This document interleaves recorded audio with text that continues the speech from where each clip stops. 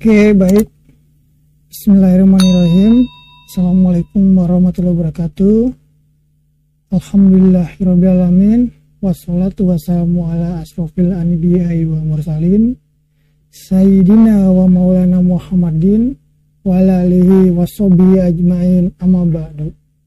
Nah, alhamdulillah di pertemuan kita kali ini, jadi kita berbeda ya. Kita kali ini live Instagram, namun sebagai pengantar terkait materi arkeologi sejarah NKRI. Jadi perlu juga saya jelaskan mengenai arkeologi itu sendiri. Nah, kenapa mengambil tema arkeologi sejarah NKRI? Kalau misalkan kita tilik secara filsafat ilmu, memang arkeologi itu asal katanya dari aksion dan juga logos. Aksion itu nilai, logos itu teori ataupun pengetahuan. Karena memang ada tiga gitu kan, ada epistemologi, aksiologi, ontologi. Nah, kalau epistemologi, ia berbicara tentang epistem. Epistem itu pengetahuan, berarti teori tentang pengetahuan. Logos itu kan teori, dan ontologi ataupun onto itu ada ya, ada, dan logos berarti dia mengindikasikan teori tentang keberadaan wujud. Di sini berarti pembahasannya lebih kepada nilai-nilai yang dapat kita ambil dalam sejarah NKRI. Tentunya tidak diurai panjang dari awal perjalanan ini ya, kolonialisme datang ke Indonesia, serta diuraikan data-data yang panjang. Memang kita poin-poin penting akan kita bahas, kemudian kita kaji secara nilai. Nah, jadi kita sebagai anak bangsa hari ini memang perlu mengetahui sejarah beserta nilai-nilai dalam sejarah itu sendiri. Karena memang sejarah tidak hanya dimaknai sebagai kejadian masa lalu, tapi tentulah seperti yang Bung Karno katakan, jas merah jangan sekali-kali melupakan sejarah. Karena memang dari sejarah ini mampu melahirkan hukum-hukum dalam kehidupan ini, maka tariklah moral daripadanya. Seperti halnya Bung Karno itu menggali Pancasila dari jiwa bangsa, dari sejarah bangsa Indonesia, dari sejarah Nusantara. Ia gali, kemudian ia jadikan sebuah dasar untuk Indonesia merdeka, yaitu Pancasila. Maka dari itulah fenomena hari ini yang dimana banyak gelombang pemikiran-pemikiran baru, yang dimana epistem yang berlaku hari ini ya sangat banyak. Maka kita sebagai anak bangsa ini harus dikuatkan sebagai jati diri bangsa kita. Nah, kalau misalkan kita kehilangan jati diri bangsa kita, maka kita perlu mencari di rumah sendiri. Seperti halnya kehilangan kunci di rumah sendiri, maka kalau misalkan kita mencarinya di rumah orang lain, tentu tidak akan bertemu dengan kuncinya. Maka kita cari kunci itu di rumah kita sendiri, agar tentu kita dapat membuka permasalahan dan juga membuka apa yang ingin kita cari dan apa yang bisa kita kembangkan sebagai bangsa yang merdeka. Karena memang di masa-masa bulan Agustus ini kita biasa dirayakan sebagai HUT RI ya, dimana memang ada informasi yang terputus. Jadi salah satunya kenapa Bung Karno menyebutkan dalam teks proklamasi itu atas nama bangsa Indonesia, ya karena memang ini ya, secara ini tanggal 17 Agustus itu belum ada negara ada ketika tanggal 18. Nanti akan kita uraikan lebih lanjut. Oke, selebihnya kita bisa mulai ya. Sebelum itu ya kita undang dulu nih teman kita yang satu, Saudara Lutfi. Oke, baik, terima kasih kepada Lutfi sudah menyempatkan waktunya. Nah, jadi sebelum kita membahas tentang ini ya, arkeologi sejarah NKRI ini kira-kira apa nih yang melatar belakangi adanya kolonialisme di Hindia Belanda ataupun Nusantara, gitu, yang seperti itu. Coba bisa dijelaskan pemaparannya seperti itu. Ya, sebenarnya ada beberapa faktor ya yang menjadi latar belakang kedatangan bangsa Eropa ya. Faktor yang paling umum kita dengar baik di sekolah maupun di publik yaitu terkait faktor rempah-rempah. Dan memang rempah-rempah itu menjadi faktor utama ya kedatangan bangsa Eropa ke dunia timur atau ke Nusantara, karena memang mereka niat besarnya itu adalah mencari rempah-rempah seperti itu. Ya, di samping mereka ingin mengembangkan ilmu, ya, ingin menyebarkan agama dan lain sebagainya, tetapi tetap ya faktor utamanya itu adalah mencari rempah-rempah. Mengapa rempah-rempah begitu sangat berharga di Eropa? Ya, karena memang kondisi alam Eropa ya yang memiliki 4 musim dan musim dingin yang cukup ekstrim terutama di wilayah-wilayah Eropa bagian barat dan utara, ya membuat mereka butuh pasokan makanan ataupun bumbu-bumbu yang bisa menghangatkan tubuh mereka, mengingat pada masa itu belum ditemukan mesin uap atau mesin penghangat dan lain sebagainya di Eropa. Ya, jadi mereka salah satunya cara menghangatkan tubuh itu ya dengan memakan makanan yang mengandung unsur rempah-rempah seperti itu. Sedangkan rempah-rempah tidak tumbuh di Eropa, pun tidak tumbuh di wilayah-wilayah Timur Tengah, melainkan tumbuh di wilayah seperti Nusantara dan India. Nah, rempah-rempah ini dibawa oleh para pedagang-pedagang Arab, pedagang-pedagang Persia itu ke Eropa, ya, terutama melalui saluran para pedagang-pedagang Italia atau negara-negara Eropa bagian selatan. Nah, lalu para pedagang Italia ini menjual kembali rempah-rempah itu kepada para pedagang-pedagang yang ada di Eropa Barat seperti Prancis, Inggris, Belanda, Spanyol, dan Portugis. Seperti itu. Nah, panjangnya rantai pasokan ya mulai dari hulu sampai ke hilirnya sampai ke Eropanya itu membuat harga rempah-rempah itu membumbung tinggi. Puncaknya itu terjadi ketika kota Konstantinopel yang merupakan salah satu pusat peradaban di Eropa itu jatuh ke tangan bangsa Turki Utsmani pada tahun 1453. Nah, keadaan politik yang memanas di wilayah Timur Tengah yang membuat pasokan rempah-rempah pun mengalami kemandekan gitu, sehingga terjadilah kelangkaan rempah-rempah di Eropa ya di saat tingginya angka permintaan rempah-rempah itu. Nah, akhirnya orang-orang Eropa mencoba mencari jalan langsung untuk mencari rempah-rempah ke sumbernya. Nah, didukung oleh ya semangat Renaissance, ya kebebasan dalam berpikir, ya akhirnya mengembangkan pengetahuan, ilmu-ilmu baru dan mendobrak mitos-mitos dan dongeng-dongeng lama. Ya, bangsa Eropa memberanikan diri untuk menjelajahi samudra, ya berbekal dari informasi-informasi dari para pedagang Venesia, Genoa, pedagang Arab, maupun dari catatan Marco Polo yang merupakan orang Eropa pertama yang mengelilingi dunia bagian timur. Nah, alhasil ya dari informasi tersebut mereka mencarilah jalur untuk bisa sampai ke dunia timur dengan mengitari ya benua Afrika. Ya, sampailah mereka di ujung benua Afrika yaitu Tanjung Harapan, lalu menyeberang dari Tanjung Harapan masuk ke perairan Samudra Hindia hingga sampai ke India dan Nusantara. Nah, proses penjelajahan yang dilakukan oleh para bangsa Eropa itu saya sederhanakan dengan nama ekspansi global, di mana rumusan itu terdiri dari 3 hal, yaitu ekspansi, eksplorasi, dan eksploitasi. Kayak gitu. Itu poin-poin utamanya dari pembahasan ini. Mengapa demikian? Ya. Pertama berawal dari semangat yang mereka bawa dalam melakukan penjelajahan samudra mencari rempah-rempah, yaitu adalah semangat Gold Glory Gospel, yaitu mencari kekayaan, kejayaan, dan menyebarkan keyakinan. Nah, itu landasan semangatnya. Lalu mereka tujuannya untuk mencapai Gold Glory Gospel itu dengan melakukan ekspansi, ya mencari wilayah-wilayah baru. Setelah mencari wilayah baru, menemukan wilayah baru, mereka mengeksplorasi di wilayah baru itu apa yang bisa mereka dapatkan. keuntungan apa yang bisa mereka dapatkan dari wilayah tersebut, baik keuntungan sumber daya alam maupun keuntungan sumber daya manusia. Nah, keuntungan sumber daya manusia itu pun juga sangat luar biasa pada masa itu, yaitu karena masih adanya perdagangan budak.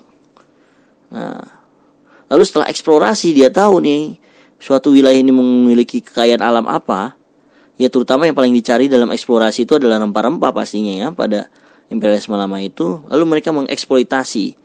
Nah, bagaimana cara mereka melakukan eksploitasi ini? Itu dengan cara melakukan imperialisme dan kolonialisme.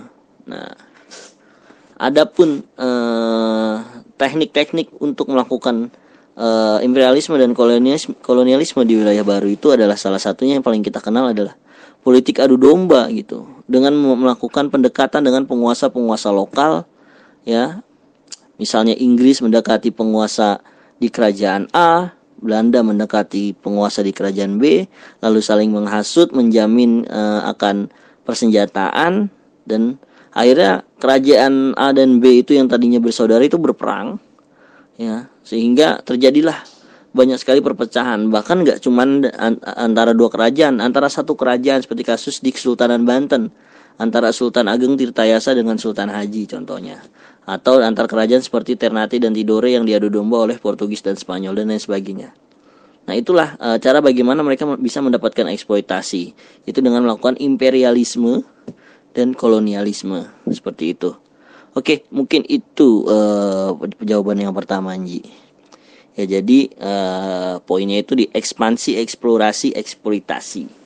Ya, tujuannya untuk menguasai ya dan membangun pengaruh, mencari kejayaan dan menyebarkan keyakinan. Oke.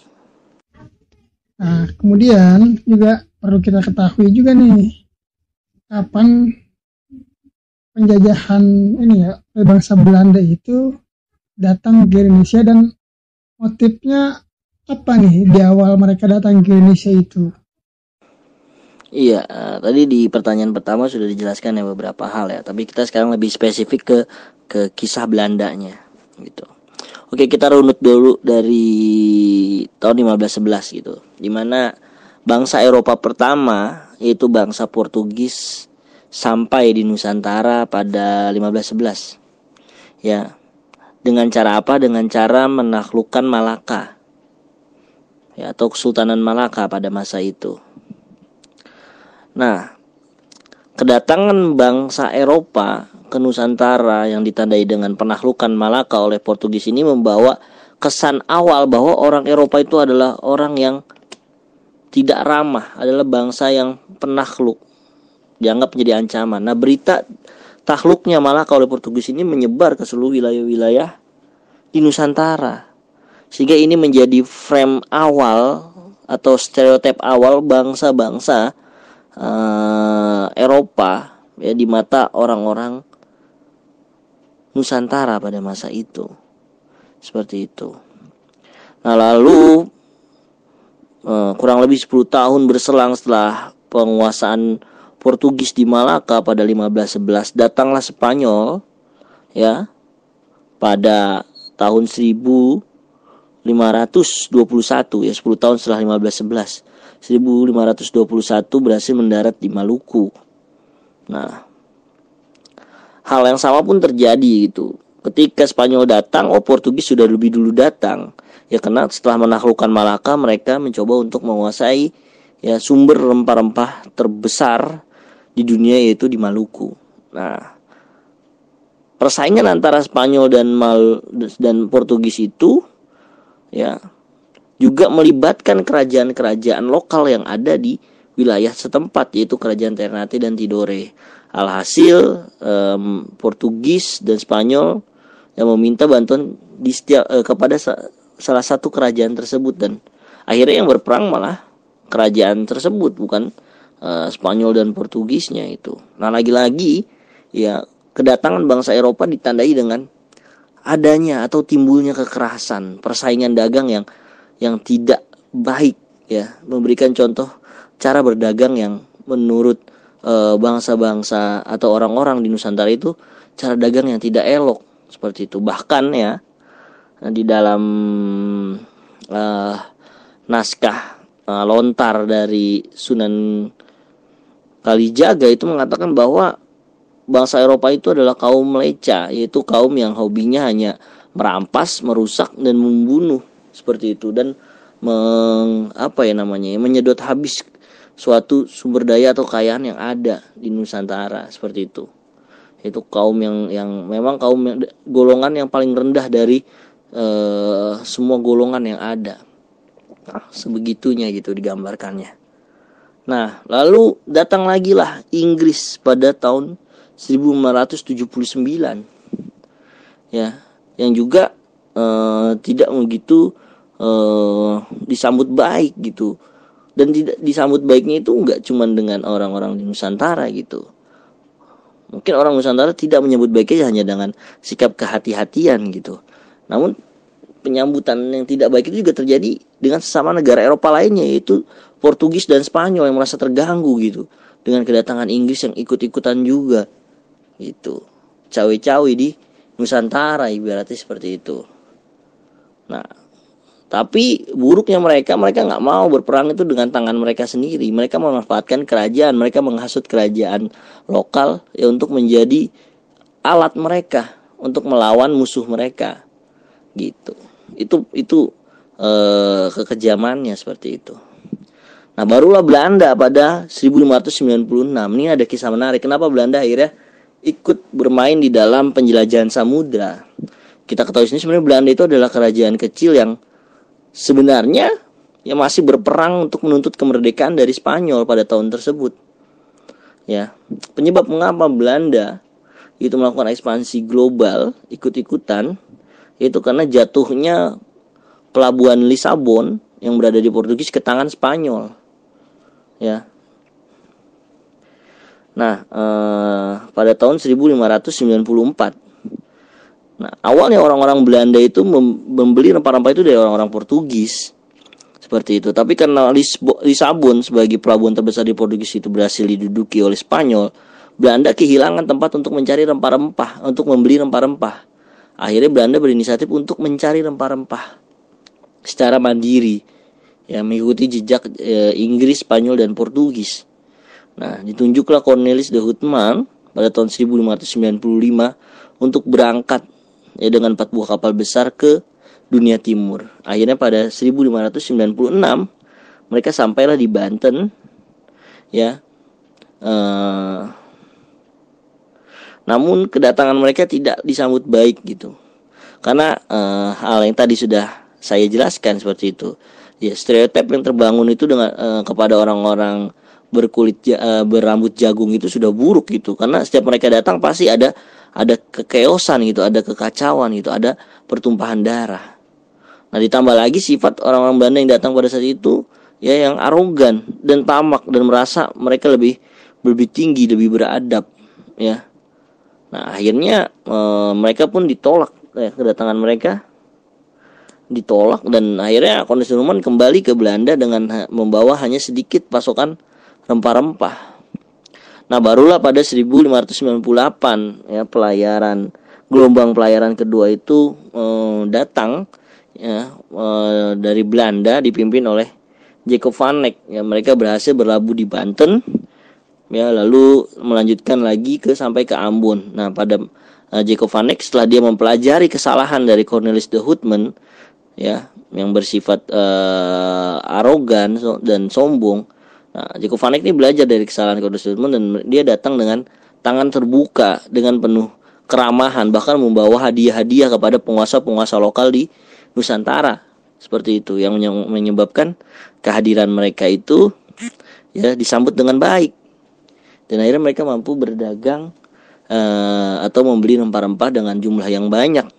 Seperti itu. Nah, namun semata-mata itu hanya siasat ya, kita ketahui bersama ya. Hanya siasat Belanda agar bisa masuk ya dan diterima di Nusantara. Oke. Mungkin itu dulu. Tadi kan sempat dibahas juga bahwa memang awal mula datangnya Belanda ke Nusantara itu tidak disambut oleh masyarakat Nusantara pada waktu itu, karena memang sifatnya represif. Nah, Kemudian ia dapat diterima ketika datangnya Cornelis de Houtman, tepatnya di Banten kan, tadi sempat dibahas juga. Nah, setelah itu di awal mula ia menerapkan sifat kolonialisme itu ditandai dengan adanya apa gitu kan, karena kita perlu tahu juga bagaimana bentuk kolonialisme itu sendiri ketika awal mula hingga dia bisa menjajah sebegitu lamanya. Oke, kolonialisme. Kapan kolonialisme itu mulai menancapkan taringnya di Nusantara? Oke, sebelum menjawab itu kita coba pahami dulu apa sih itu kolonialisme dan apa itu imperialisme. Apa bedanya imperialisme dan kolonialisme? Pertama yang harus kita pahami itu adalah perbedaan pengertian dari imperialisme dan kolonialisme. Dari perbedaan itu lalu kita cari hubungannya apa. Perbedaan imperialisme itu adalah suatu proses bagaimana suatu wilayah menghegemoni wilayah lain tanpa menduduki wilayah tersebut. Asal wilayah tersebut mengaku tunduk, contoh tunduknya itu seperti mengirim pajak atau upeti kepada negara yang menghegemoninya. Seperti itu. Itulah imperialisme. Di mana negara yang terimperialisme itu tidak merdeka secara penuh. Bahkan pemimpinnya hanyalah penguasa boneka. Karena semuanya, segi aturan, perdagangan, politik itu diatur oleh yang mengimperialismekan. Lalu selanjutnya kolonialisme, berasal dari kata kolon, yaitu artinya adalah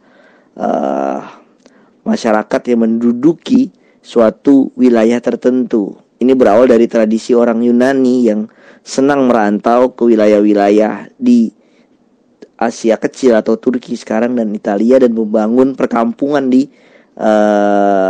wilayah baru tersebut, namun tetap terikat dengan tanah asalnya, dengan tanah leluhurnya. Nah, itu berasal dari tradisi itu, koloni, yaitu menduduki wilayah baru, singkatnya seperti itu. Lalu kolonialisme itu adalah apa?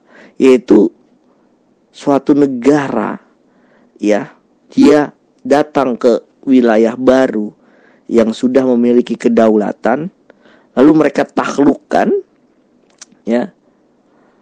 dia bubarkan atau dia lemahkan kerajaan tersebut, lalu penduduknya dijadikan budak dan dia membawa warga negaranya ke tanah jajahan tersebut untuk menjadi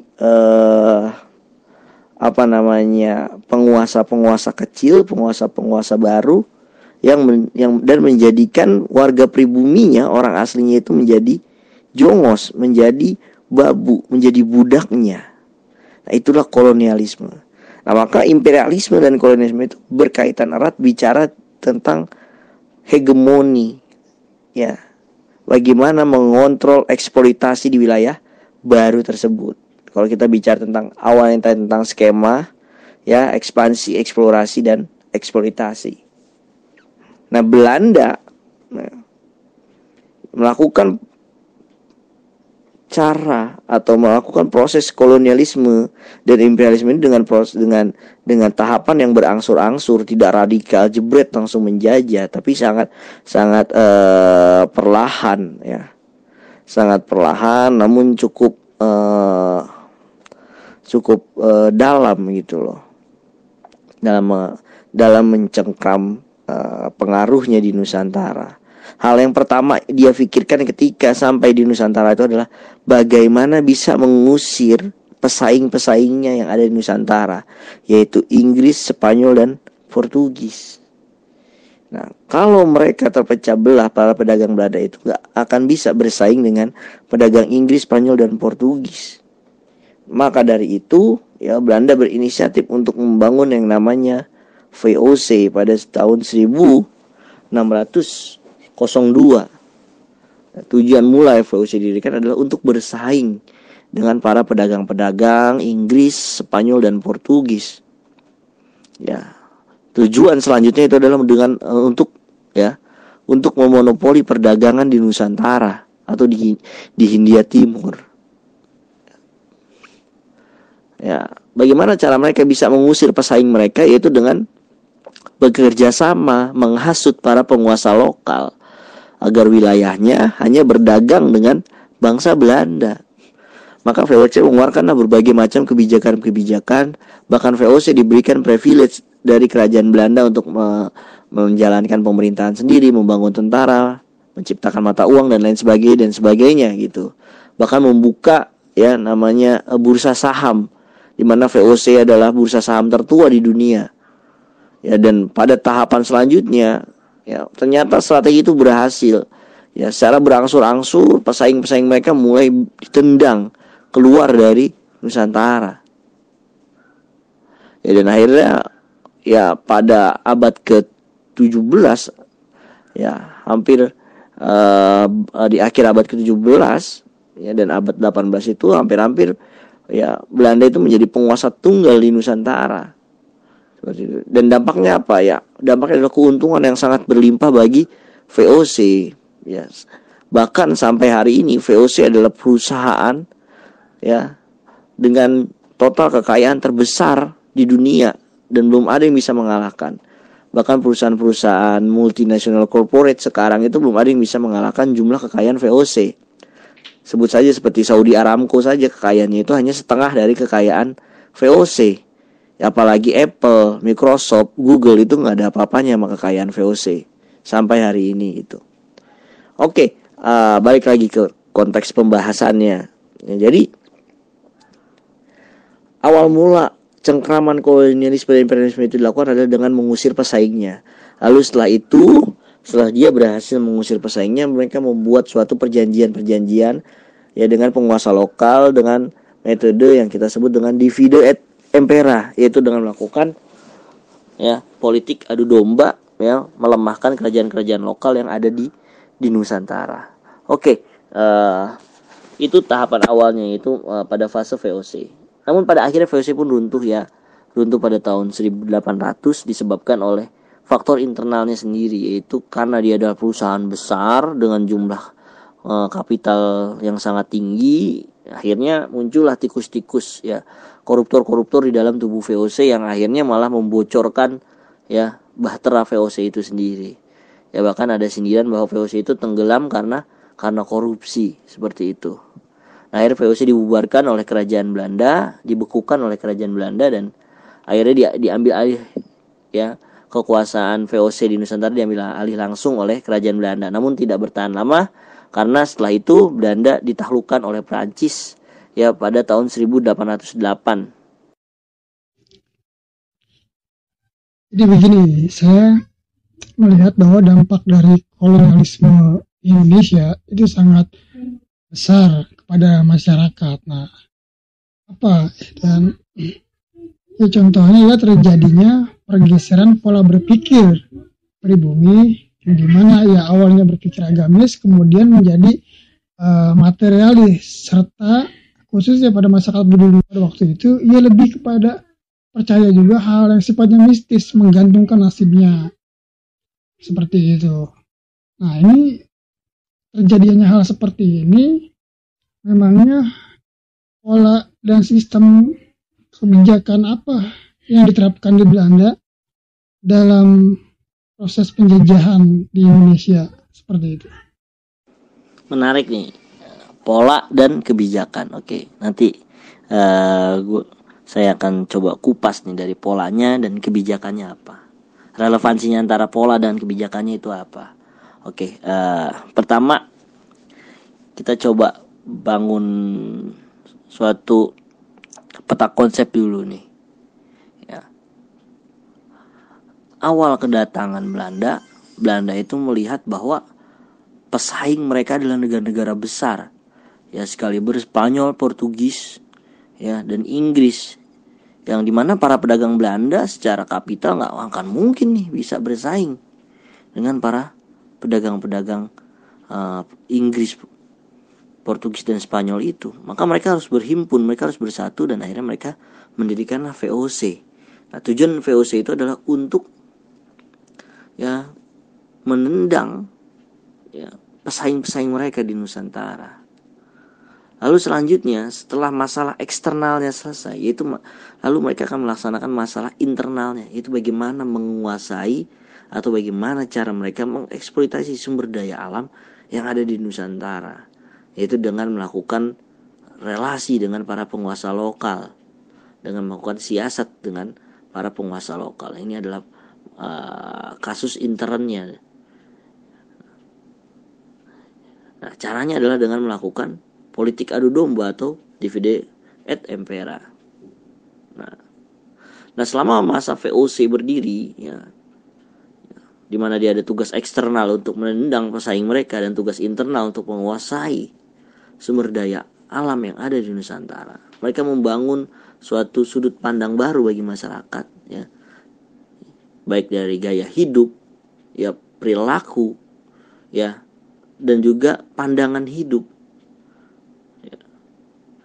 Gaya hidup orang Eropa yang suka mabuk-mabukan, yang hidup bergelimang harta, individual, ya, dan korupsi terutama yang menjadi contoh, ya, terbesar, ya,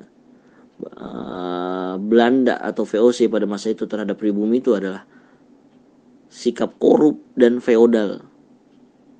Itu yang paling buruk ditanamkan VOC di Nusantara, ya. Nah, itu pada masa VOC. Nah, sekarang kita bahas nih pola dan kebijakan selanjutnya setelah VOC. Oke, sebenarnya pola kolonialisme itu ya bisa kita bagi ke dalam beberapa tahap.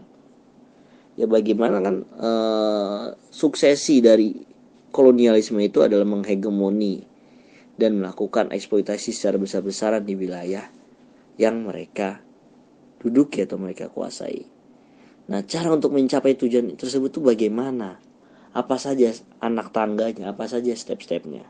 Nah, ada ya kurang lebih 5 langkah agar mereka mampu berkuasa secara mutlak di wilayah yang mereka duduki. Yaitu pertama, bagaimana cara mereka membuat masyarakat pribumi itu menjadi orang-orang yang bodoh, ya, anti ilmu pengetahuan, membuat mereka berpikir secara mistis, membuat mereka berpikir feodal, membuat mereka berperilaku yang tidak bermoral seperti korupsi dan lain sebagainya.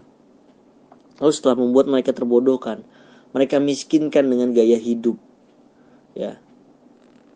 Dia buatlah impian-impian palsu tentang bagaimana bahagianya bekerja di VOC, menjadi bawahan VOC itu dengan gaya hidup ala orang barat, berpakaian seperti orang barat, ya, dan mengikuti tradisi-tradisi orang barat yang banyak memiliki kontradiksi dengan tradisi-tradisi orang-orang timur. Nah, akhirnya gaji yang mereka dapat selama mereka bekerja di VOC atau di Hindia Belanda itu membuat hanya berputar saja, ya, tidak membuat mereka menjadi orang yang kaya, karena uang itu dihabiskan untuk hura-hura, ya, untuk mabuk, ya, untuk melakukan kegiatan prostitusi dan lain sebagainya. Nah, setelah terbodohkan, termiskinkan, akhirnya mereka menjadi orang-orang yang terbelakang, menjadi kelas 3, ya, menjadi kelas terbawah dari strata sosial yang ada di lingkup masyarakat pada saat itu, ya, terbelakang. Nah, perlu kita ketahui pada masa Hindia Belanda itu terjadi strata sosial di masyarakat, yaitu strata yang dibedakan secara peraturan, ya, secara hukuman, yaitu pengadilan khusus orang Belanda dan Eropa, lalu pengadilan ataupun strata sosial untuk kedua itu untuk orang Ningrat dan orang timur asing, yaitu orang India, Cina dan Arab. Lalu strata paling rendah itu adalah orang pribumi. Nah, strata sosial itu dibentuk bukan karena secara natural, tapi ada aturan yang mengatur tersebut. Ya, kalau kawan-kawan pernah nonton film Bumi Manusia, yaitu terlihat jelas bagaimana Nyai Ontosoro itu diperlakukan berbeda, ya, dengan dengan Minke, karena Minke adalah seorang ningrat, sedangkan Nyai Ontosoro itu hanyalah seorang pribumi biasa.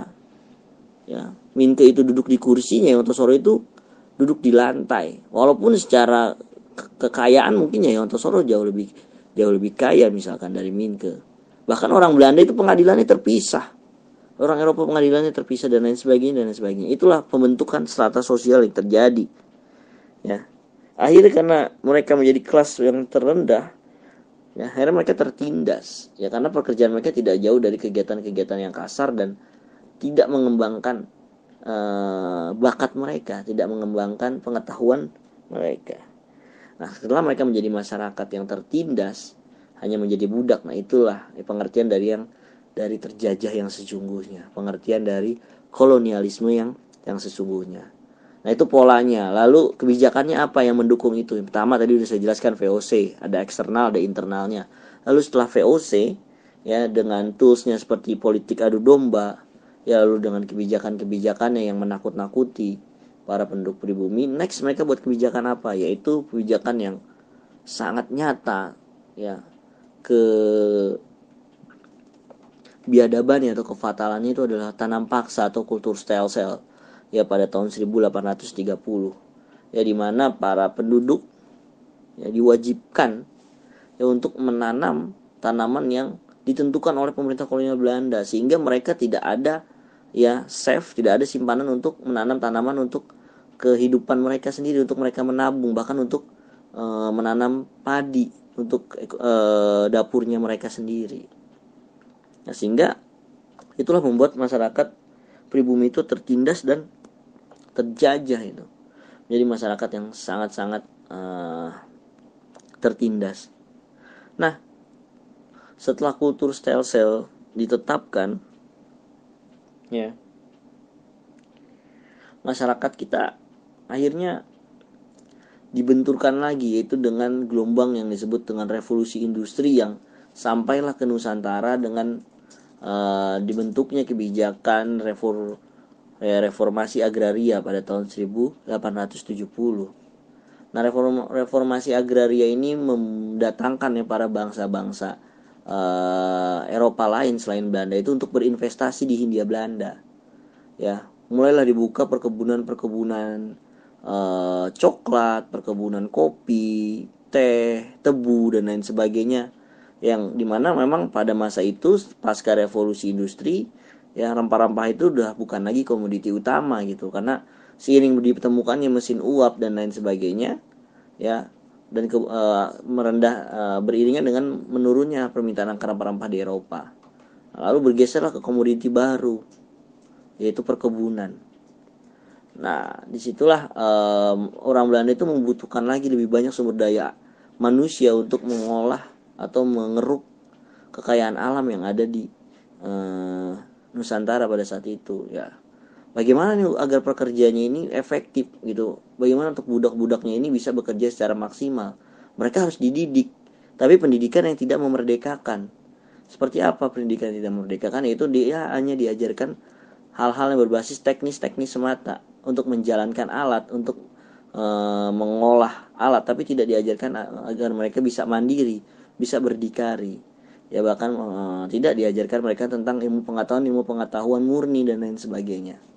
Jadi ilmu itu diberikan hanya untuk ya menjadikan mereka tenaga kerja yang cakap dan murah untuk dibayarkan. Bahkan tidak perlu dibayar di beberapa kasus di wilayah Nusantara pada saat itu. Nah, itulah dampak dari kultur TSL dan reformasi agraria. Nah, akhirnya ini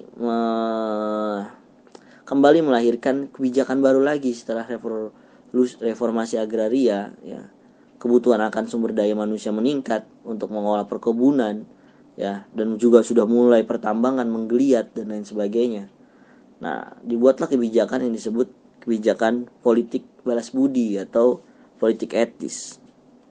Nah, seperti sudah saya katakan ya, salah satu isi dari politik etis itu adalah memberikan pendidikan kepada masyarakat pribumi. Tapi pendidikan bukan pendidikan yang memerdekakan, tapi hanya memperkaya mereka tentang pengetahuan bagaimana mengolah ya lapangan pekerjaan mereka, mengolah apa yang harus mereka kerjakan gitu, tapi tidak memberikan pendidikan tentang basis-basis kemerdekaan, kebebasan berpikir dan lain sebagainya gitu. Namun di sisi lain ya, gerakan edukasi yang diberikan dari kultur sel-sel ini juga memberikan akses kepada para kaum ningrat untuk bisa merasakan pendidikan tinggi di Eropa. Tentu dari kolonialisme yang dilakukan oleh Belanda terhadap pribumi itu pasti ada perlawanan, baik secara desa antar desa, kemudian antar daerah, nah hingga ke tingkat ini ya, masyarakat Nusantara. Yang ingin saya pertanyakan adalah, ini awal mula atau yang melatar belakangi gerakan di setiap daerah itu bersatu kemudian secara terorganisir, saya lihat gitu kan, itu sejak kapan dan bagaimana itu proses terjadinya? Coba bisa diuraikan coba, agar kita sedikit mendapat titik temu antara pergerakan-pergerakan dari setiap daerah ataupun mungkin perkumpulan-perkumpulan yang dimana sifatnya lebih kepada hal yang modern, tidak tradisional, ya berperang kemudian kalah sudah.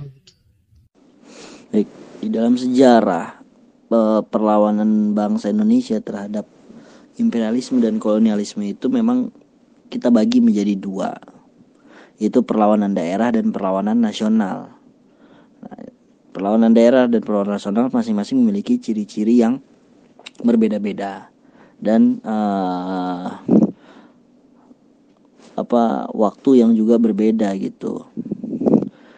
Adapun perlawanan daerah itu dimulai datangnya bangsa Eropa ke Nusantara ya bahkan saat kedatangan bangsa Portugis di Malaka ya, lalu pada masa VOC ya sampai pada masa awal Hindia Belanda. Seperti itu. Dari ibaratnya kalau saya ulurkan itu adalah dari jatuhnya Kesultanan Malaka sampai Perang Jawa atau Perang Pangeran Diponegoro 1830 ya, baru berakhirnya. Nah, ciri-ciri dari perlawanan daerah itu adalah ya, pertama, tidak terlepas dari pengaruh politik adu domba, di mana Belanda selalu pintar memanfaatkan ya lapisan-lapisan masyarakat atau klaster-klaster di masyarakat untuk diadu domba. Contoh kasusnya dalam Perang Padri ya, di mana Belanda melihat nih pemetaan masyarakat di Sumatera Barat itu atau di Minangkabau itu terbagi menjadi dua, yaitu masyarakat yang agamis ya, dan masyarakat adat. Nah, bagaimana nih cara agar mereka bisa mampu memonopoli secara utuh wilayah di Sumatera bagian barat itu ya, dengan cara mendekati salah satu lapisan masyarakat atau salah satu golongan di masyarakat tersebut. Seperti itu ya, seolah-olah mereka membela, membantu dan memberikan bantuan seperti senjata dan lain sebagainya itu untuk memerangi sesama bangsanya, seperti itu. Lalu ciri yang kedua adalah mereka hanya memiliki single patron atau satu pemimpin gitu. Kelak ketika pemimpinnya ditangkap ya sudah, perlawanannya hilang gitu. Itu hal yang berbeda dengan perlawanan nasional, seperti itu. Perlawanan daerah itu identik dengan single patron, ketika pemimpin pemberontakannya seperti sultannya atau pangerannya, jenderalnya ditangkap ya sudah, perlawanan tersebut berakhir. Lalu ciri yang ketiga itu adalah pengaruhnya. Nah, biasanya pengaruh perang kedaerahan itu hanya bersifat lokal di daerah tersebut saja. Jadi daerah lain tidak terpengaruh untuk melakukan pemberontakan terhadap Belanda atau terhadap VOC, seperti itu. Nah, lalu selanjutnya terkait ciri dari perlawanan nasional. Nah, perlawanan nasional ini sudah tidak lagi bergerak dengan melakukan perlawanan secara fisik. Oh ya, bro. Ciri yang terakhir dari perlawanan kedaerahan itu adalah perlawanannya berbentuk fisik gitu, yaitu dengan jalan pedang ya, dengan peperangan secara langsung itu. Nah, ciri yang berbeda dari perlawanan nasional adalah dia tidak menggunakan perlawanan secara fisik, tapi perlawanan intelektual, kayak gitu. Itu ciri utama dari perlawanan nasional. Ya, karena adanya kaum ningrat yang mendapatkan privilege untuk melanjutkan studi perguruan tinggi ke negara Eropa atau mendapatkan pendidikan yang memang eksklusif yang bagus gitu. Ada sebagian dari mereka yang mendapatkan pendidikan secara baik pendidikan di luar maupun di dalam negeri, itu yang tersadarkan. Makanya istilah Anhar Gonggong itu terkait para pendiri-pendiri bangsa itu adalah orang-orang yang terdidik dan tercerahkan. Karena kalau terdidik doang, dia tidak tercerahkan, dia akhirnya bekerja kepada Hindia Belanda dan menjadi staf-staf Hindia Belanda gitu. Ya paling jadi demang ya kan, atau mengurus suatu departemen tertentu. Nah, tapi dia tercerahkan, dia terdidik, tapi dia menolak untuk bekerja dengan Belanda. Salah satu contoh kasusnya itu adalah Ki Hajar Dewantara misalkan. Ya, dia mendapatkan privilege pendidikan yang bagus karena latar keluarganya adalah keluarga bangsawan. Namun dia menolak untuk menjadi bawahan kolonial. Jadi dia lebih memilih mengembangkan karirnya awalnya di politik, lalu setelah diasingkan, dibuang, dia balik lagi, dia bangun gerakan pendidikan. Itu contohnya misalkan. Nah, lalu ciri selanjutnya itu tidak berbentuk fisik, tapi dengan secara intelektual, dilakukan oleh kaum muda terdidik dan tercerahkan. Nah, ciri ketiga adalah menggunakan wadah yang disebut dengan organisasi. Ya, jadi tidak melulu bicara soal identitas, agama ataupun adat. Namun organisasi itu menyatukan mereka karena persamaan ideologi biasanya, persamaan cita-cita yang luhur seperti itu. Nah, bermunculan organisasi-organisasi pergerakan pada awal abad ke-20 seperti Budi Utomo, Sarekat Islam, Muhammadiyah, Taman Siswa, Inisiatif Partis dan lain sebagainya. Ya, berurutan terus bermunculan, baik itu organisasi yang bersifatnya kooperatif, non kooperatif, bahkan ada yang organisasi radikal yang benar-benar terang-terangan melawan seperti Inisiatif Partis. Ya. Nah, seperti itu. Lalu ciri selanjutnya adalah dia tidak single patron. Tidak single patron artinya ketika salah satu pemimpinnya atau pemimpinnya ditangkap, perlawanan tidak berhenti. Perlawanan akan terus berlanjut. Akan muncul para intelektual baru gitu dengan kapasitas yang tidak kalah dari intelektual sebelumnya. Pun ketika sang pemimpinnya itu dibuang, pemimpinnya itu pun tidak berhenti membangun pergerakan gitu. Contoh seperti Soekarno ketika dibuang di DKND, ya dia malah bangun pergerakan juga di ND itu ya, dengan mengajar, ya dengan mendidik masyarakatnya, bermain teater dan lain sebagainya contohnya. Seperti itu. Nah, itu luar biasanya ya dari pergerakan atau perlawanan nasional seperti itu. Nah, mungkin itu untuk pertanyaan yang ini. Oke, ada lagi Ji? Lebih lanjut, basis pergerakan apa saja yang tumbuh dan lahir ketika memang pergerakan ini sudah mulai terorganisir dan juga banyak tokoh-tokoh yang mengadopsi sistem organisasinya seperti itu, dan impact-nya itu ia melahirkan apa? Iya, organisasi tumbuh ya di Nusantara itu ya sebenarnya memang sudah ada sebelum abad ke-20 ya, namun umumnya organisasi tersebut adalah organisasi yang berlatar kesukuan atau berlatar ke identitasan, seperti organisasi para pedagang Arab, organisasi pedagang Tionghoa ya dan lain sebagainya gitu.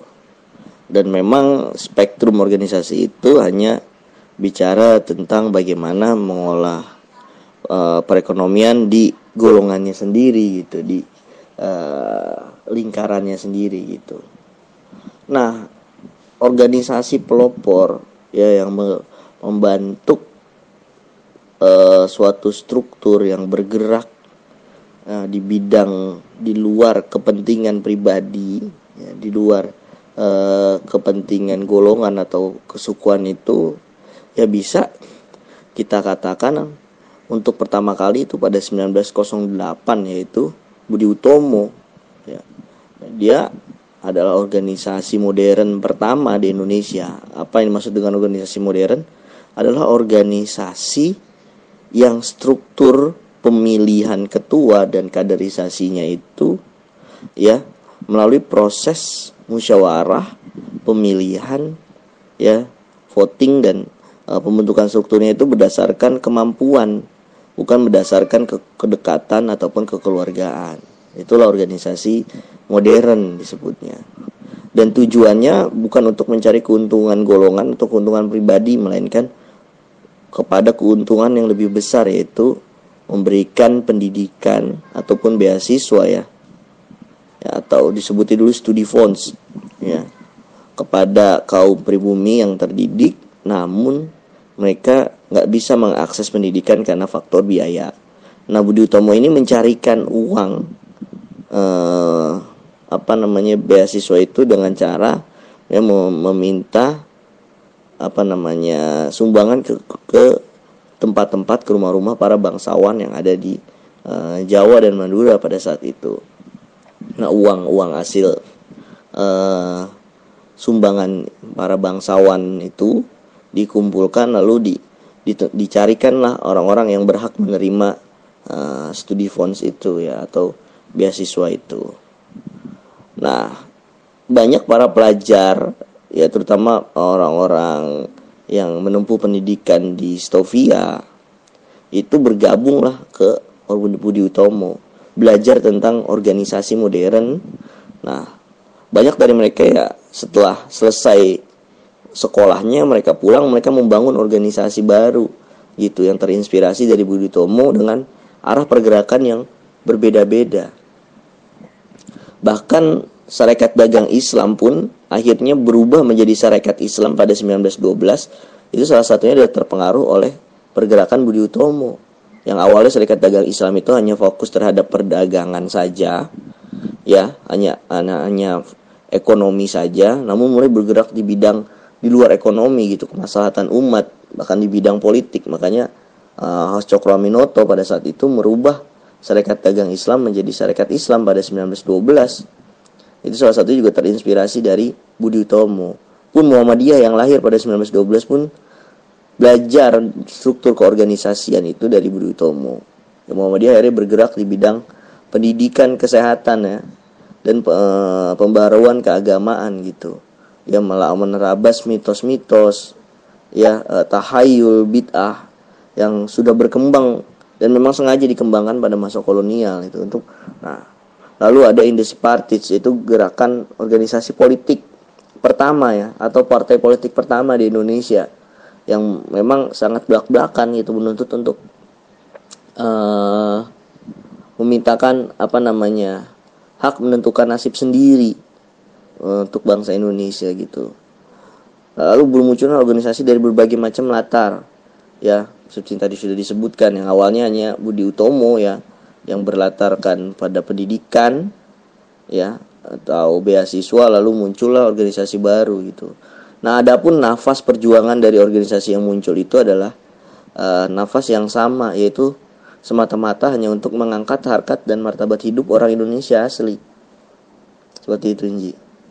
Nah, organisasi-organisasi yang bermunculan, baik berlatarkan organisasi ideologis maupun organisasi studi klub, ya, organisasi sekolah gitu, organisasi kampus yang ada, maupun organisasi mahasiswa daerah gitu loh, yang mereka berkuliah di Jawa, lalu karena mereka ada beberapa mahasiswa berasal misalnya dari Sulawesi, dia membentuk Young Celebes gitu loh, artinya mahasiswa Sulawesi yang menuntut ilmu di Pulau Jawa gitu. Jadi kayak komunitas kos-kosan lah kalau sekarang, yang misalnya di mahasiswa Bangka, ya kan, kumpul satu kosan, walaupun kuliahnya beda-beda, kosannya sama.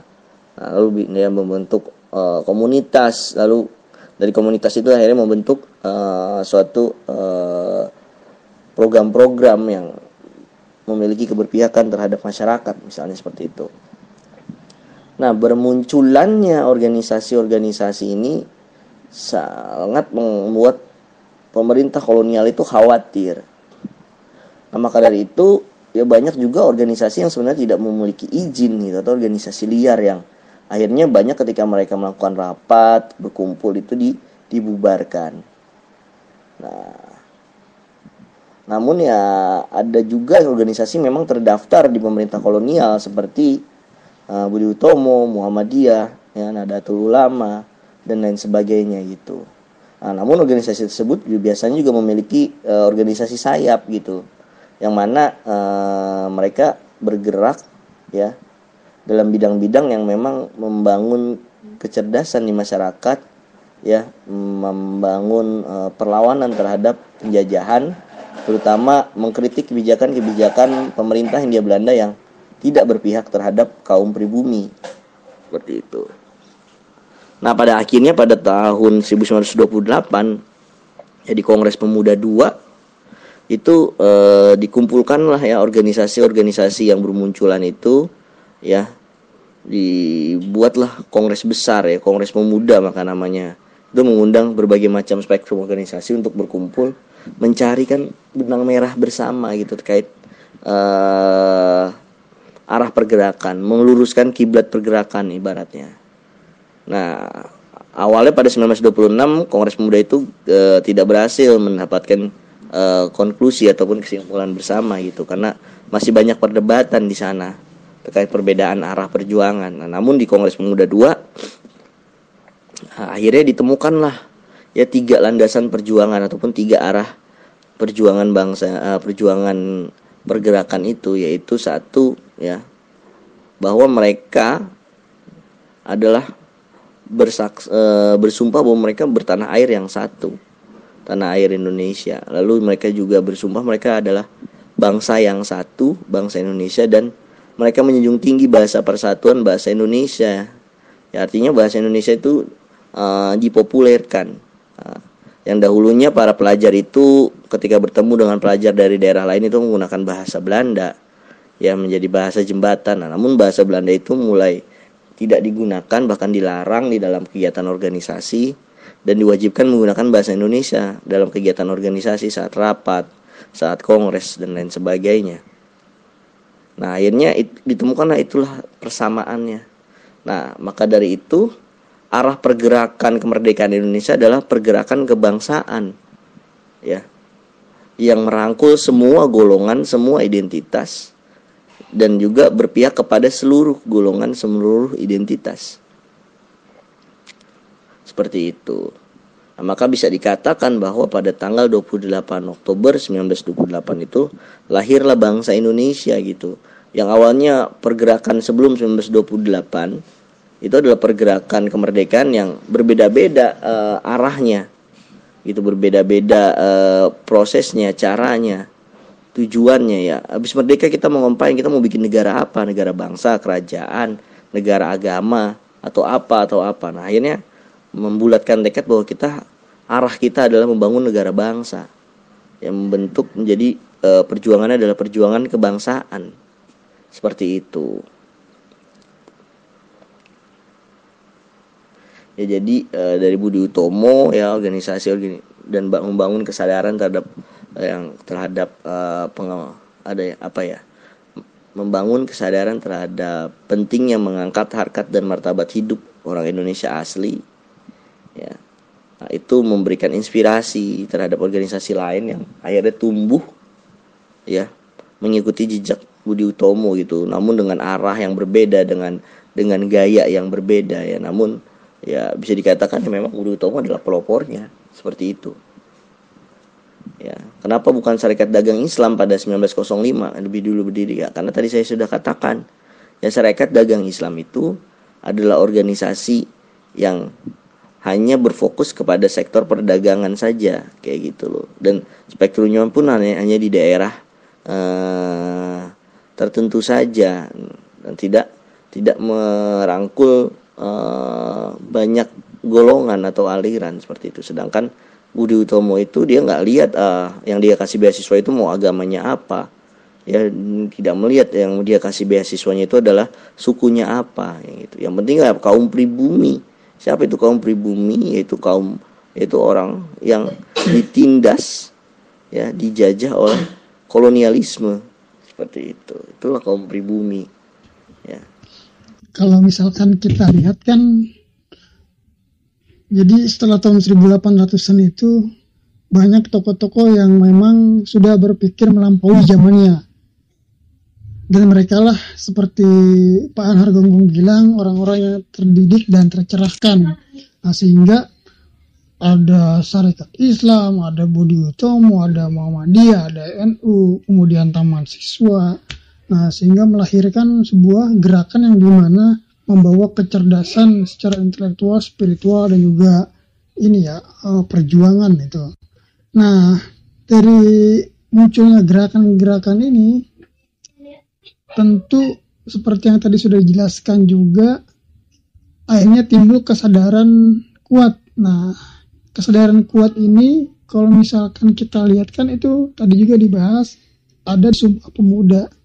Nah, bagaimana sedikit kronologis terjadinya Sumpah Pemuda, kemudian outputnya apa dari Sumpah Pemuda itu, dan informasi apa yang dapat kita ambil dari Sumpah Pemuda itu.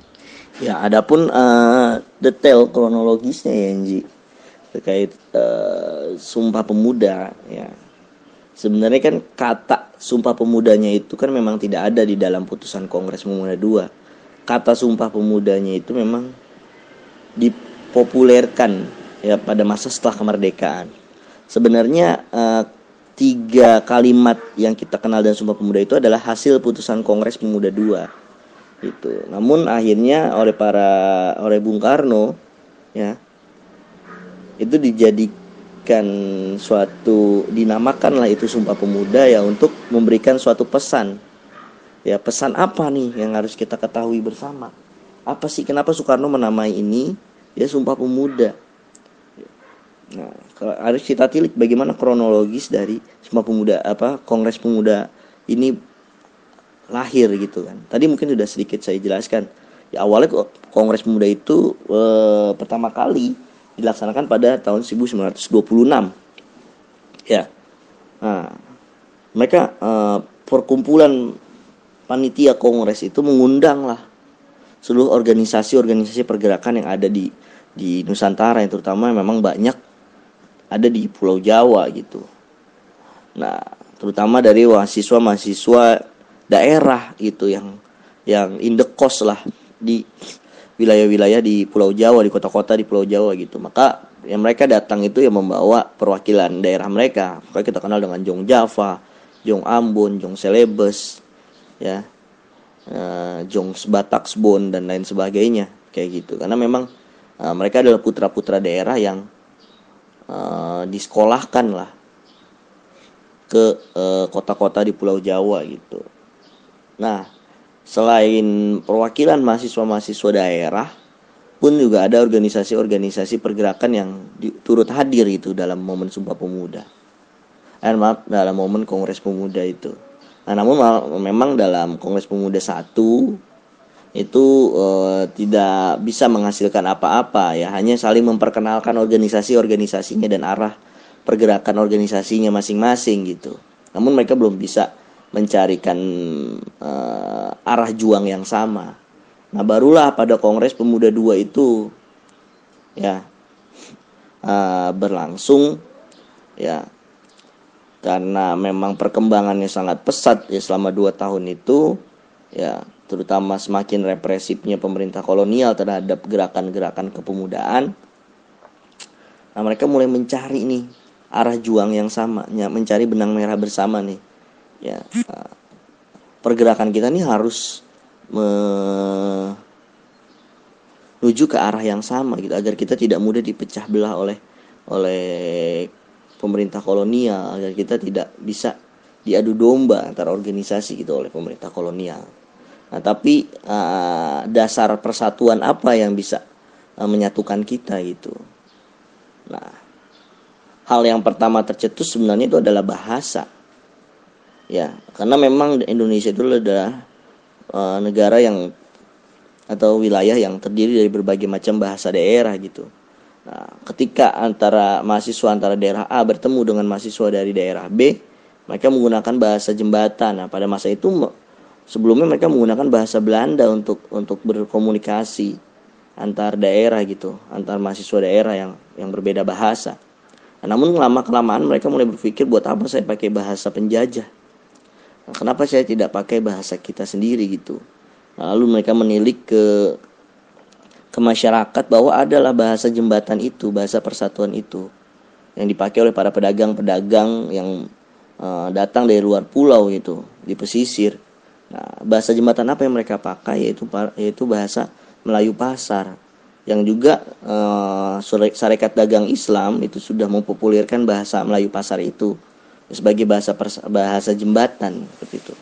Nah, awal dari bahasa jembatan inilah bahasa Melayu Pasar dijadikan bahasa persatuan dan nantinya disebut dengan bahasa Indonesia. Seperti itu. Nah, lalu setelah bahasa, ya kita menentukan kita arah juangnya ini dasarnya apa? Ya pergerakan apa? Yaitu akhirnya ditentukanlah yaitu pergerakan kebangsaan. Ya bukan pergerakan kesukuan, bukan pergerakan kedaerahan, bukan pergerakan keagamaan, melainkan pergerakan kebangsaan yang bisa merangkul semua golongan.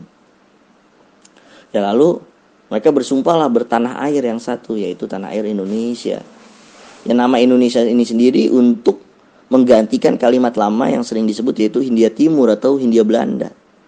Ya karena dianggap terlalu Belanda sentris gitu, bahwa kita menerima seolah-olah kita dijajah Belanda. Maka kita harus merubah nih, kita nggak bisa pakai nama Hindia Belanda atau Hindia Timur. Kita harus pakai identitas wilayah kita ini, pakai identitas baru yaitu Indonesia itu. Seperti itu, Nji.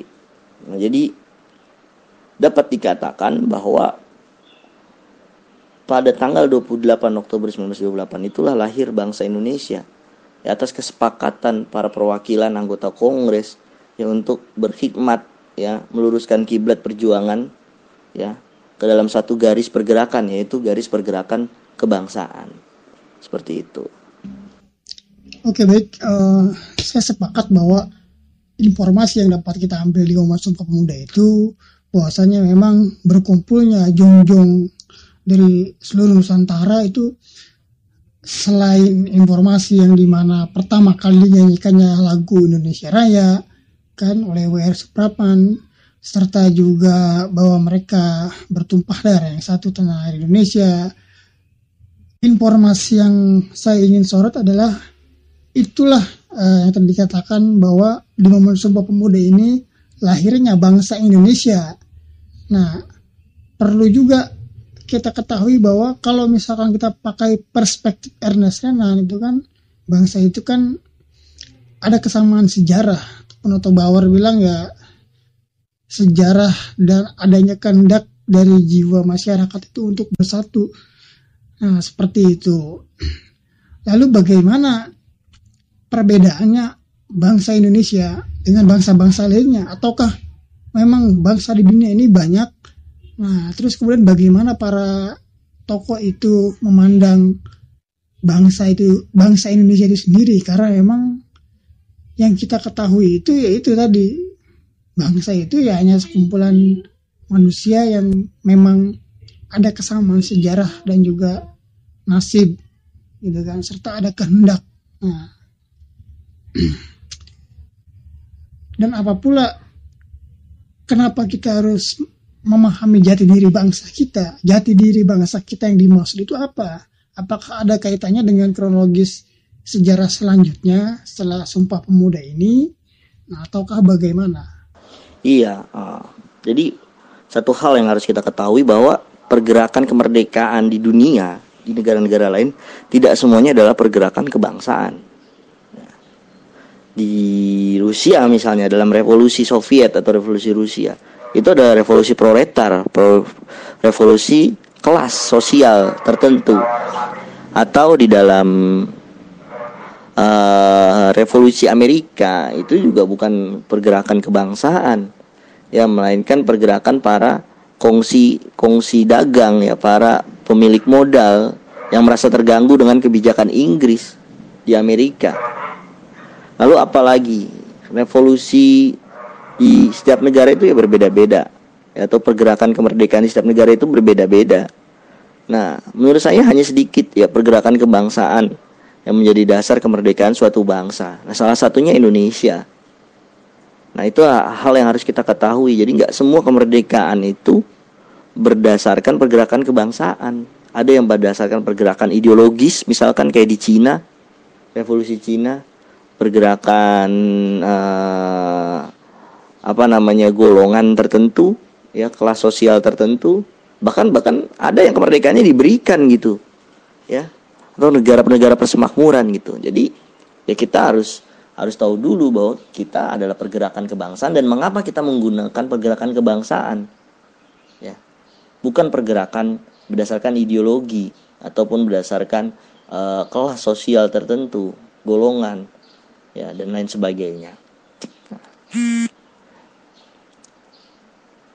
Tadi sudah saya jelaskan kenapa pergerakan kita adalah pergerakan kebangsaan, karena memang kita adalah bangsa yang, ataupun orang Nusantara adalah orang yang sangat, masyarakat yang sangat beragam. Keberagaman itu hanya bisa disimpulkan dengan suatu ikatan fiksi yang bernama bangsa. Ya. Bangsa itu lahir atas imajinasi. Ya. Dia beda dengan suku. Suku itu berdasarkan genetik, ya, bisa dibedakan secara fisik. Ras pun demikian. Ya. Namun bangsa berbeda dengan suku. Ya. Kalau suku itu berdasarkan hereditas, bangsa itu ya berdasarkan konsepsi, berdasarkan hasil kesepakatan imajiner. Atas apa? Atas peristiwa, atas memori yang sama, atas kejadian di masa lalu yang mengikat mereka di dalam satu kesatuan itu.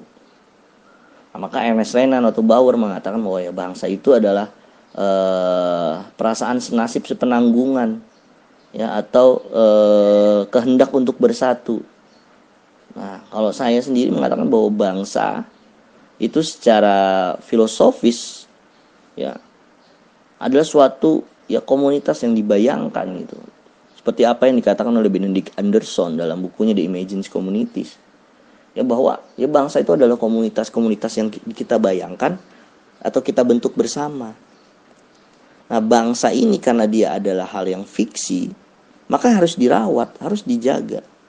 Nah, makanya kita perlu, ya, namanya merawat rasa kebangsaan, menjaga rasa kebangsaan, dan membentuk jati diri, membentuk dan menguatkan jati diri bangsa kita. Ya, karena ini emang hasil cipta dari para pendiri bangsa kita dahulu untuk mempersatukan kita. Kalau nggak dirawat, pasti hancur. Nah, itulah pengertian dari bangsa dan mengapa kita bergerak berdasarkan gerakan kebangsaan seperti itu. Nah, apa itu jati diri bangsa? Nah, jati diri bangsa kita sendiri itu adalah tidak bisa terlepas dari nilai-nilai keindonesiaan, ya, dari pemahaman-pemahaman keindonesiaan. Contohnya adalah sifat-sifat yang nanti termanifestasi, ya, melalui dalam Pancasila itu. Maka Bung Karno mengatakan, saya tidak menciptakan Pancasila, saya menggali Pancasila. Karena Pancasila itu memang ada. Dia adalah nilai-nilai yang ada, sudah tertanam di dalam kehidupan bangsa Indonesia jauh sebelum masa kolonial, bahkan sebelum masa Hindu-Buddha ada. Yaitu nilai percaya terhadap Tuhan. Ya, bangsa Indonesia tidak mengenal tradisi ateisme. Lalu kedua adalah nilai kemanusiaan, rasa untuk mengangkat harkat dan martabat hidup manusia. Itu sudah ada, ya, nilainya di dalam sejarah-sejarah kuno. Kita bisa melihat bagaimana bangsa kita ini, ya, sangat meninggikan derajat manusia. Lalu persatuan Indonesia atau nasionalisme yang tumbuh, ya, pada masa Sumpah Pemuda. Nah, itu harus dirawat sampai hari ini, karena memang nilai nasionalisme kita itu memang belum ada, masih seumur jagung, belum ada satu abad seperti itu. Lalu musyawarah mufakat yang merupakan memang tradisi lisan masyarakat kita dalam menentukan kebijakan. Di semua daerah, di semua suku itu ada tradisi musyawarah ya untuk menentukan perkara, untuk menetapkan suatu kebijakan. Ya. Lalu yang terakhir, keadilan sosial. Nah, itu adalah cita-cita bersama bahwa keadilan kita kejar itu bukanlah ya keadilan untuk satu golongan. Ya. Semua untuk satu golongan atau satu golongan untuk satu golongan, tapi semua untuk semua kalau kata Bung Karno. Ya, jadi semua memberikan untuk semua. Tidak ada orang yang memanfaatkan orang lain untuk kepentingan sendiri gitu. Karena nilai kita ada social justice atau keadilan sosial yang dicapai. Itu adalah cita-cita luhur bangsa Indonesia. Nah, jadi itu yang disebut dengan jiwa bangsa. Ya, yang disebut dengan nation, yang Bung Karno sering bilang kan membangun nation character building istilahnya. Seperti itu. Oke, mungkin itu ya pemaparan hari ini ya. Jadi kita bisa katakan bahwa sejak kedatangan bangsa Eropa ke Indonesia yang mereka melakukan penetrasi budaya, melakukan imperialisme dan kolonialisme, lalu tersadarkanlah para pemuda bangsa Indonesia, lalu mencarilah mereka tentang identitas mereka, membangunlah pergerakan kebangsaan tersebut, ya, sehingga akhirnya bangsa Indonesia merdeka pada 17 Agustus 1945 seperti itu. Dan akhirnya membangun negara pada 18 Agustus 1945. Gitu. Tambahan lagi ya terkait bangsa. Jadi apa sih definisi yang tepat itu untuk menyatakan bangsa gitu? Mungkin itu kan satu pandangan filosofisnya bahwa bangsa itu adalah ya komunitas yang dibayangkan atau hasil dari kesepakatan imajiner kita. Nah, lalu dalam wujud konkretnya hari ini apa itu bangsa Indonesia? Ya, saya sendiri sih sering mengutip pengertian bangsa menurut Ki Bagus Hadikusumo ya, bahwa bangsa itu adalah sekumpulan manusia yang menempati suatu wilayah tertentu dan mendapatkan hidayah untuk bersatu seperti itu. Nah, Indonesia atau bangsa Indonesia itu adalah sekumpulan masyarakat yang menempati dua benua dan dua samudra, yang diapit oleh dua benua dan dua samudra, yang terikat oleh ikatan geopolitik dan geoekonomi, dan akhirnya memiliki mendapatkan hidayah untuk bersatu. Nah, itulah bangsa Indonesia gitu. Ya, karena salah satu yang mengikat kebangsaan itu memang 3 hal menurut saya, yaitu geopolitik, geoekonomi, dan bahasa. Ya, itulah ikatan kebangsaan. Ya, jadi bukan berdasarkan identitas kesukuan, bukan keturunan, bukan darah gitu. Tapi bangsa itu berdasarkan ikatan sosial, bukan ikatan biologis. Seperti itu. Oke, terima kasih.